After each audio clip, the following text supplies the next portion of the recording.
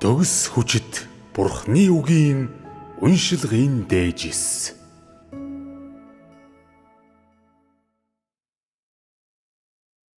Аврагч аль хэдийн цагаан үүлэн дээр эргэн ирсэн.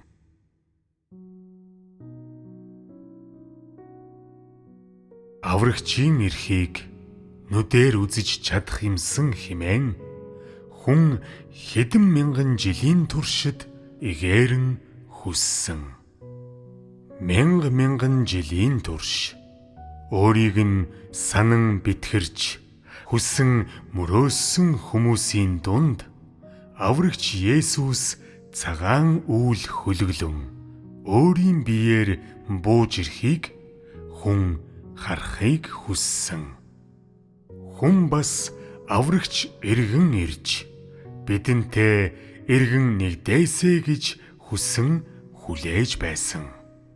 Өөрөөр хэлбэл хэдэн мянган жилийн туршид хүмүүсээс алс байсан аврагч Есүсийг буцаад ирээсэ Иудейчүүдийн дунд хийсэн золин аврах ажлаа дахин нэг удаа хэрэгжүүлж хүнд инрэнгүй хайр инэрлтэй хандаасай.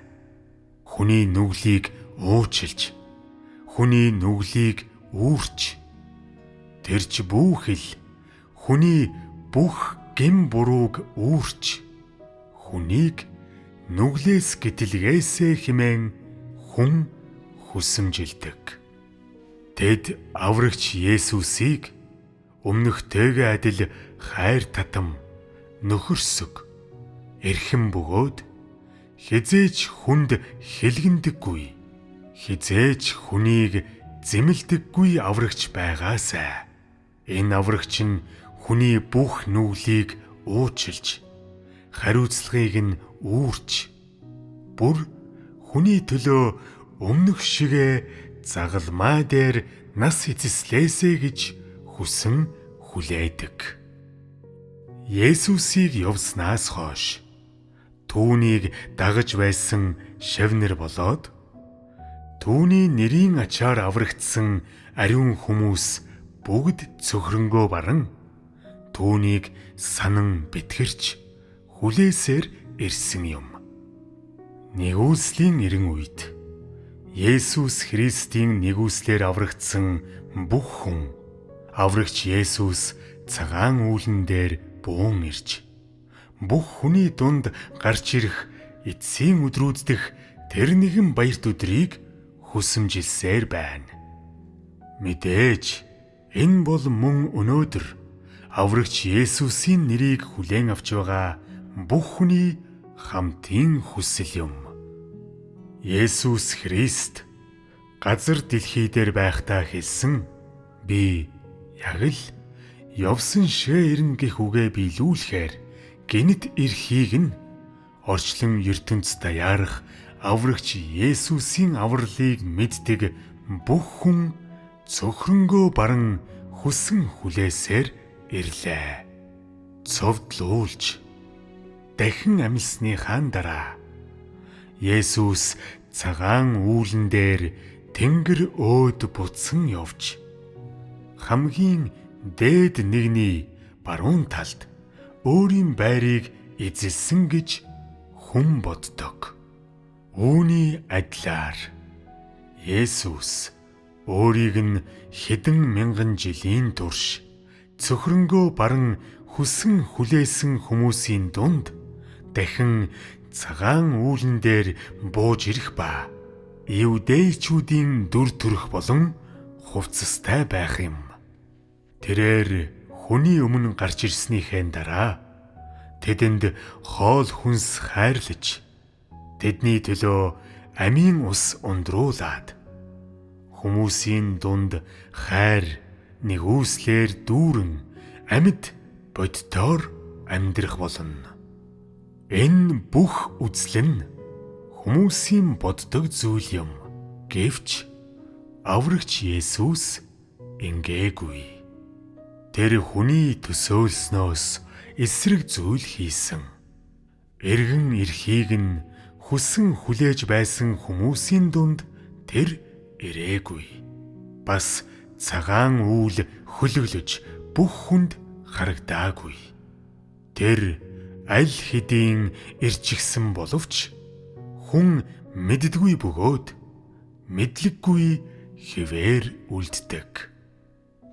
Хүн түүнийг зүгээр л зориггүй хүлээж байгаа бөгөөд түүнийг аль хэдийн цагаан үүлэн дээр, тэр үйл бол түүний сүнс, түүний үг, түүний бүхий л зан чанар болоод тэр юу болох юм бууж ирчгээд одоо эцсийн өдрүүдэд бий болгох бүлэг ялагчдынхаа дунд байгаа гэдгийг мэддэггүй.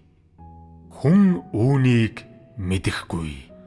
Ариун аврагч Есүс хүнийг гисэн хайр, инхрийллээр дүүрэн боловч бузар буртаг, ариун бус сүнснүүдийн амьдран суудаг сүмүүдэд ажиллаж яаж чадах юм бэ?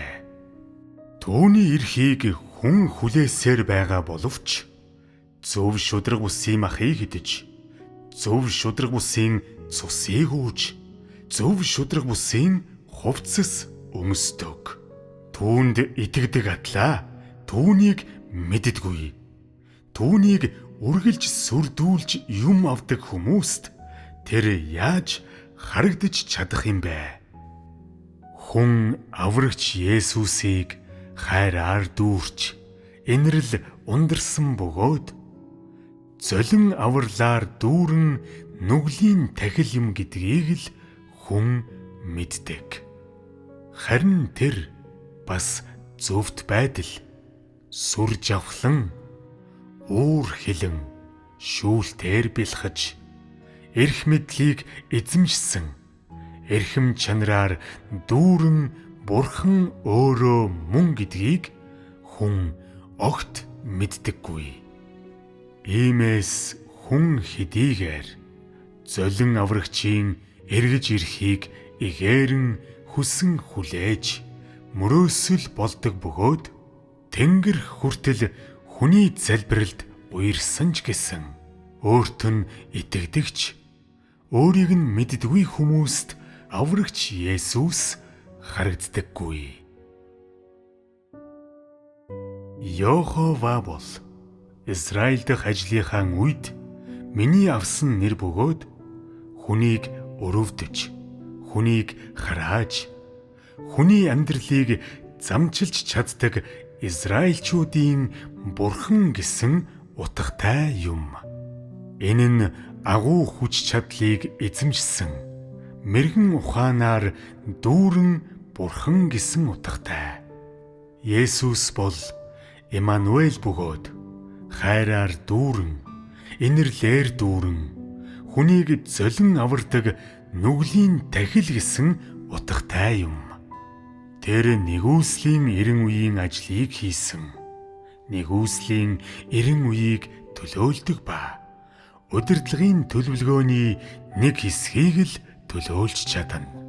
Өөрөөр хэлбэл Йохова л Израилийн сонгогдсон хүмүүсийн Бурхан, Авраамийн Бурхан, Исаакийн Бурхан, Яаковын Бурхан, Мосегийн Бурхан, Израилийн бүх ард түмний Бурхан юм. Иймээс өнөөгийн 90 үед Евдей хүмүүсээс бусад бүх Израильчууд Йоховаг шүтэн мөрөгдөг. Тэд тахилын ширээн дээр түүнд тахил өргөж, сүмд тахилчийн хувцас өмсөн түүнд үйлчилдэг. Тэдний найддаг зүйл нь Йоховагийн дахин илрэлт юм. Зөвхөн Есүс л хүн төрлөختний золин аврагч билээ. Тэр бол хүн төрлөختнийг нүглээс золин аварсан нүглийн тахил юм. Өөрөөр хэлбэл Есүсийн нэр нэгүслийн 90 үеэс гаралтай ба нэгүслийн 90 үеийн золин авралын ажлаас болж бий болсон юм. Нэгүслийн 90 үеийн хүмүүст дахин төрж аврагдах боломж олгохын тулд Есүс гэх нэр бий болсон бөгөөд энэ нь бүхий л хүн төрлөختний золин авралын төлөөх онцгой нэр юм. Иймээс Есүс хэмээх нэр золин авралын ажлыг төлөөлж нэгүслийн 90 үеийг илэрхийлдэг. Йохова хэмээх нэр нь хуулийн дагуу амьдарч байсан Израилийн ард түмний төлөөх онцгой нэр юм. 90 үе ажлын үе шат болгондох миний нэр уул үндэсгүй биш. Харин бэлэгдлийн ач холбогдлыг агуулдаг. Нэр болгон нэг 90 үеийг төлөөлдөг. Йохова нь хуулийн 90 үеийг төлөөлдөг бөгөөд Израилийн ард түмний шүтэн мөрөгдөг Бурхнаа дууддаг хүндэтгсэн нэр юм. Есүс нь нэгүслийн 90 үеийг төлөөлдөг ба нэгүслийн 90 үед золин аврагдсан бүх хүний Бурхны нэр билээ. Хэрв хүн эцсийн өдрүүдэд бас л аврагч Есүсийг ирээсэ гэж хүсэн хүлээж түүнийг мөн л Иудейд байсан төрхөөрөө ирнэ гэж бодвол бүхэл бүтэн 6,000 жилийн удирдлагын төлөвлөгөө золин авралын 90 үед зогсож цаашид ахин дэвших боломжгүй болох байлаа. Түүнчлэн эцсийн өдрүүд хизээж ирэхгүй. 90 үе хизээж төгсөхгүй байх байв. Аврагч Есүс зөвхөн хүн төрлөختний золин аврал болон авралын төлөө байдаг учраас тэр юм. Нэгүслийн 90 үедх бүх нүгэлтний төлөө би Есүс хэмээх нэрийг авсан бөгөөд бүхий л хүн төрлөختнийг төгсгөлд аваачих нэр минь энэ биш. Йохова, Есүс, Месиа нь бүгд миний сүнсийг төлөөлдөг боловч эдгээр нэр миний удирдлагын төлөвлөгөөний өөр 90 үеийг л илэрхийлдэг болохоос намайг бүрэн дүүрэн төлөөлдөггүй. Газар дэлхий дээрх хүмүүсийн намайг дууддаг нэрс нь миний бүх зан чанарыг болон би юу болохыг тодорхойлж чадахгүй. Тэдгээр нь зүгээр л өөр 90 үед намайг дууддаг өөр нэр юм. Иймээс сүүлийн 90 үе буюу эцсийн өдрүүдийн 90 үе ирэхэд миний нэр дахин өөрчлөгдөнө. Намайг Месиа гэх нь байтугай Йохова, Есүс ч гэж нэрлэхгүй. Харин хүчрхэг төгс хүчит Бурхан өөрөө гэж нэрлэх ба энэ нэрийн дор би бүхий л 90 үеийг төгсгөх болно. Намайг нэг үе Йохова гэдэг байсан. Түүнчлэн Месиа гэж дууддаг байсан ба хүмүүс хайрлаж хүндэлсэндээ аврагч Есүс гэж нэг үе нэрлсэн. Гэвч өнөөдөр би өнгөрсөн үед хүмүүсийн мэддэг байсан Йохова юм уу? Есүс биш. Харин эцсийн өдрүүдэд эргэж ирсэн Бурхан. Энэ 90 үеийн төгсгөлийг авчрах Бурхан билээ. Би бол газрын мухраас өндийн босож өөрийн бүх зан чанараар бэлхдэг эрх мэдэл нэр төр алдар суугаар дүүрэн Бурхан өөрөө билээ. Хүмүүс надтай хизээж харьцаж байгаагүй.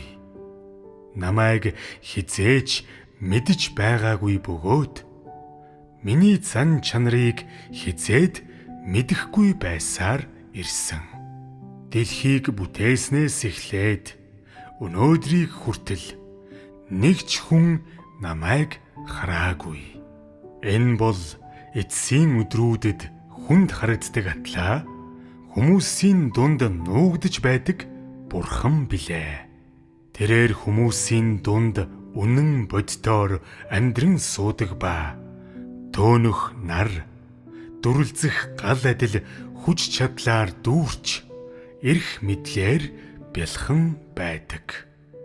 Миний үгээр шүүгдэхгүй ганц ч хүн нэгч зүйл байхгүй. Дүрлзэх галаар ариусгагдахгүй ганц ч хүн нэгч зүйл байхгүй. Яванда бүх үндэстэн миний үгээс болоод өрөөгдөн. Мөн миний үгээс болж бут нэргүүлнэ.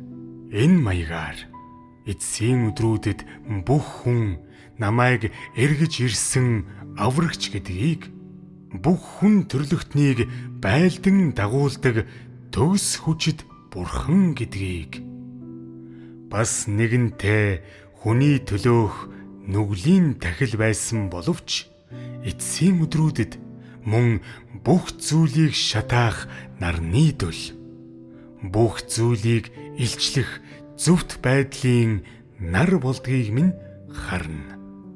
Эцсийн өдрүүдийн миний ажил энэ юм. Би бол зөвхт бурхан агаад төөнөх нар дүрлзэх гал гэдгийг бүх хүнд харуулахын тулд энэ нэрийг авч энэ зан чанарыг эзэмшсэн юм. Ингэснээр цорын ганц жинхэнэ бурхан болох намайг бүх хүн шүтэн мөргөж тэгснээрээ тэд миний жинхэнэ царайг харах юм. Би бол зөвхөн Израильчүүдийн бурхан биш. Мөн зөвхөн золин аврагч биш. Харин тэнгэр, газар, тэнгис далай даяарах бүх бүтээлийн бурхан билээ. Аврагч эцсийн өдрүүдэд ирэхдээ мөн л Есүс гэгдэн дахин Иудейд төрж Иудейд ажиллаа хийсэн бол би зөвхөн Израилийн ард түмнийг л бүтээж Израилийн ард түмнийг л золин аварсан ба харь үндэстнүүдтэй ямар ч хамаагүй гэдгийг энэ нь нотлох байсан. Би бол тэнгэр, газар, бүх зүйлийг бүтээсэн эзэн хэмээх миний үгтэй энэ нь зөрчилдөх байсан босуу. Би Иудейг орхисон бөгөөд харь үндэстнүүдийн дунд ажиллаа хийдэг. Учир нь би бол зөвхөн Израилийн ард түмний бурхан биш, харин бүх бүтээлийн бурхан билээ. Би Израилийн ард түмний бурхан Йохова төдийгүй, харь үндэстнүүдийн дундах өөрийн сонгосон бүх хүний бүтээгч тул эцсийн өдрүүдэд харь үндэстнүүдийн дунд гарч ирдэг. Би Израиль, Египт, Ливаныг төдийгүй, Израилийн чанд дах бүх харь үндэстнийг бүтээсэн. Ийм учраас би бол бүх бүтээлийн эзэн билээ. Би Израилийг ердөөл ажлынхаа эхлэлийн цэг болгон ашиглаж, Иудей болон Галилийг золин аврах ажлынхаа түшиц газар болгон хэрэгэлсэн. Харин одоо бүхий л эрен үеийг төгсгөхдөө харь үндэстнүүдийг суурин газраа болгон ашиглана. Би Израильд ажлын хоёр үе шатыг, хуулийн эрен үе ба нэгүслийн эрен үеийн ажлын хоёр үе шат хийсэн бөгөөд Израилийн чанд дах газар нутаг даяар бас ажлын хоёр үе шатыг, нэгүслийн эрен үе ба хаанчлалын эрен үе хэрэгжүүлсээр байна. Харь үндэстнүүдийн дунд би байлдан дагуулах ажлыг хийж эрен үеийг ийхүү төгсгөнө. Хэрвээ хүн эцсийн өдрүүдэд шинэ эрен үеийг эхлүүлж шинэ ажил хийж эхэлсэн гэдгийг минь мэдэлгүй, намайг дандаа Есүс Христ гэж дууддаг бол, мөн аврагч Есүсийн эрхийг үргэлж хинхэглэн хүлээдэг бол, тийм хүмүүсийг би надад итгэдэггүй хүмүүс гэж хэлнэ. Тэд бол намайг мэддэггүй хүмүүс бөгөөд надад итгэх итгэл нь хуурамч юм. Тийм хүмүүс аврагч Есүсийн Тэнгэрээс ирхийг нүдээр үзэж чадах уу?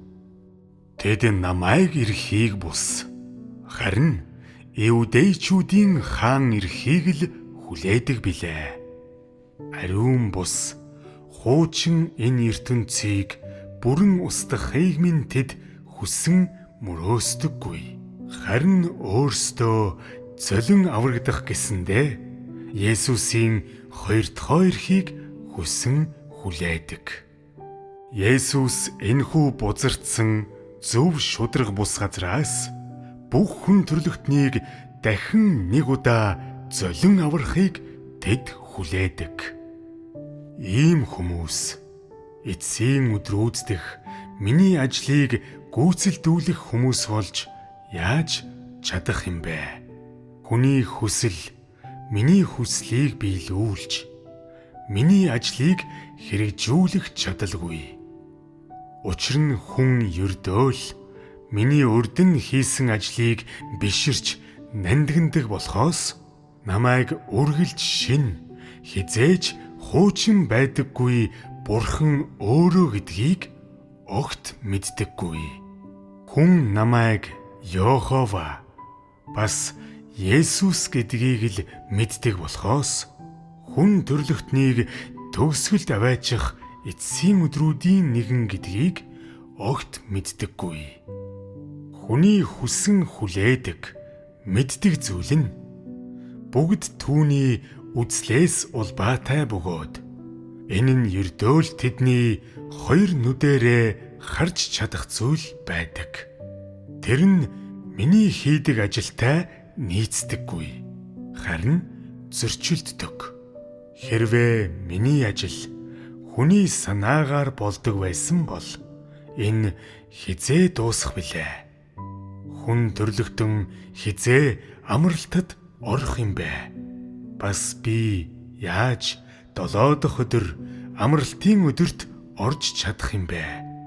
Би хүний санаа зорилгын дагуу бус өөрийнхөө төлөвлөгөө зорилгын дагуу ажилдаг.